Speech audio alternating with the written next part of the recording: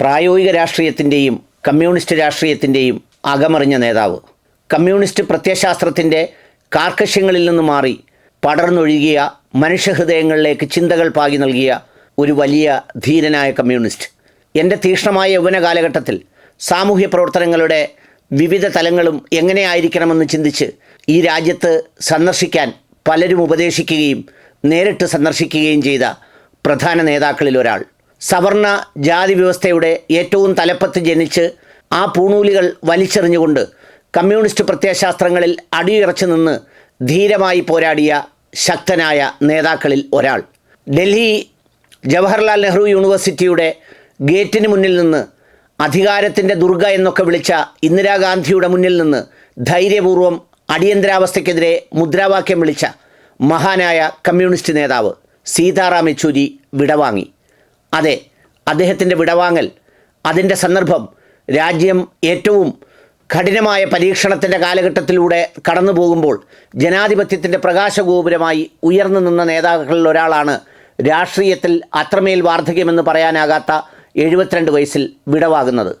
സീതാറാം യെച്ചൂരി എന്ന എല്ലാ വിഷയങ്ങളെക്കുറിച്ചും ജ്ഞാനമുള്ള, ഏത് വിഷയങ്ങളെക്കുറിച്ച് സംസാരിച്ചാലും അതിനെക്കുറിച്ച് പറയാൻ അറിയാവുന്ന, കമ്മ്യൂണിസത്തിൻ്റെ വേദികളിലും പ്രസംഗവേദികളിലും മാത്രമല്ല ഡൽഹിയിലെ കോൺസ്റ്റിറ്റ്യൂഷൻ ക്ലബ്ബുകളിൽ, അതോടൊപ്പം തന്നെ ചരിത്ര വായനയുടെ ഇടങ്ങളിൽ, വ്യത്യസ്തമായ വീക്ഷണങ്ങൾ പുലർത്തുന്ന മനുഷ്യരുടെ സംഗമങ്ങളിൽ ഒക്കെ നിറഞ്ഞു നിന്ന മഹാരായ നേതാക്കളിൽ ഒരാളായിരുന്നു സീതാറാം യെച്ചൂരി. ഹർകിഷൻ സിംഗ് സുർജിത്തിന് ശേഷം ഒരുപക്ഷെ മനുഷ്യഹൃദയങ്ങളെയും മണ്ണിൻ്റെ മണവും തിരിച്ചറിഞ്ഞ പ്രായോഗിക രാഷ്ട്രീയത്തിൻ്റെ പുതിയ അർത്ഥങ്ങൾ കുറിച്ച ഒരു നേതാവായതുകൊണ്ട് കൂടിയാണ് രാഹുൽ ഗാന്ധി ആ വിയോഗത്തെ ഏറ്റവും ഹൃദയപൂർവ്വം വിശേഷിപ്പിച്ചത് തൻ്റെ ദീർഘകാല സുഹൃത്ത് എന്ന്. മാത്രവുമല്ല, എന്ത് വിഷയങ്ങളും ഈ രാജ്യത്തെക്കുറിച്ച് അവഗാഹമായി ആലോചിക്കാനും പഠിക്കാനും കഴിവുള്ള മഹാനായ രാഷ്ട്രീയ നേതാവ്. എനിക്ക് ദീർഘനേരം സംസാരിക്കാൻ കഴിയുന്ന ഒരു സുഹൃത്തിനെ നഷ്ടപ്പെട്ടിരിക്കുന്നു എന്നാണ് രാഹുൽ ഗാന്ധി അനുസ്മരിച്ചത്.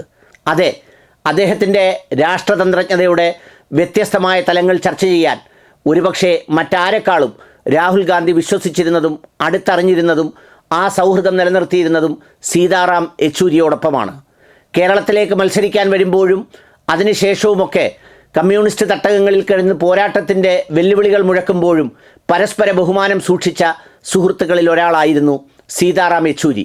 സീതാറാം യെച്ചൂരി കമ്മ്യൂണിസ്റ്റ് പാർട്ടിയുടെ ഏറ്റവും പ്രതിസന്ധി നിറഞ്ഞ കാലഘട്ടത്തിൽ അതിൻ്റെ അമരക്കാരനാകേണ്ടി വന്ന ഒരാളാണ്.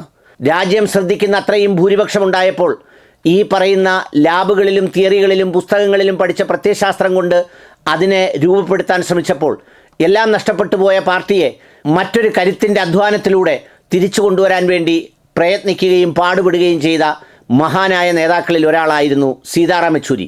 ഒരു പെർഫെക്റ്റ് ജെൻറ്റിൽമാൻ. ഏതാനും വർഷങ്ങൾക്ക് മുമ്പ് നേരിട്ട് കണ്ടുപോയി സംസാരിക്കാനായി പോകുമ്പോൾ വായിച്ചറിഞ്ഞ സീതാറാം യെച്ചൂരിയുടെ തീപ്പൊരി ഭാവങ്ങളും അത്തരം സംഗതികളൊന്നും അദ്ദേഹത്തിൻ്റെ ശരീരഭാഷയിലോ ഇടപെടലിലോ കണ്ടില്ല. എന്നാൽ അതിനുശേഷം ഞങ്ങൾ സുഹൃത്തുക്കളോട് ഇന്ത്യൻ സമൂഹത്തിൻ്റെ പ്രത്യേകതകൾ വിവരിച്ചപ്പോൾ, ജാതീയതയുടെ വ്യത്യസ്ത തലങ്ങൾ വിവരിച്ചപ്പോൾ, ജനാധിപത്യത്തിൻ്റെ വെല്ലുവിളികൾ വിവരിച്ചപ്പോൾ ഉള്ളിൽ നിറയുന്ന തീക്ഷ്ണമായ വിപ്ലവത്തിൻ്റെ ജ്വാല ഞങ്ങളുടെ ഹൃദയത്തിലേക്കും പകർന്നു തരാൻ ആ മനുഷ്യന് കഴിഞ്ഞു എന്നുള്ളതാണ് സീതാറാം യെച്ചൂരി എന്ന മനുഷ്യൻ്റെ സവിശേഷമായൊരു പ്രത്യേകത. അതെ, അദ്ദേഹം യാത്രയാകുമ്പോൾ ഒപ്പമുണ്ടായിരുന്ന ഒരാൾ നഷ്ടപ്പെടുന്ന, അതല്ലെങ്കിൽ തിളങ്ങി നിന്നൊരു പ്രകാശം അണഞ്ഞു പോകുന്ന പ്രതീതിയാണ് ഈ പറയുന്ന വ്യക്തിപരമായി എനിക്കും തോന്നിയത്. അതോടൊപ്പം തന്നെ പലരും അദ്ദേഹത്തെ അനുസ്മരിച്ചതും.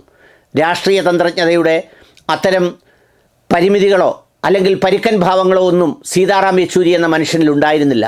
സർഗാത്മകമായ ചിരിയും അത്തരം ഭാവങ്ങളുമൊന്നും തൻ്റെ ആഴത്തിലുള്ള അറിവിന് എന്തെങ്കിലും കുറവ് വരുത്തുമെന്ന് വിശ്വസിച്ചിരുന്ന ഒരാളുമല്ല. ശ്വാസം പിടിക്കുന്നതിലൂടെയും മൗനമായിരിക്കുന്നതിലൂടെയുമാണ് ഭൗതികജ്ഞാനം എല്ലാവരെയും അറിയിക്കുന്നതെന്ന് വിശ്വസിക്കുന്ന വരട്ട് തത്വവാദികളുടെ കാലത്ത് ഈ പറയുന്ന സീതാറാം യെച്ചൂരി വേറിട്ടൊരു മനുഷ്യനായിരുന്നു. ഹൃദയത്തിൽ നിന്ന് ആ മനുഷ്യന് റെഡ് സല്യൂട്ട്, ഹൃദയാഞ്ജലികൾ അർപ്പിക്കുന്നു.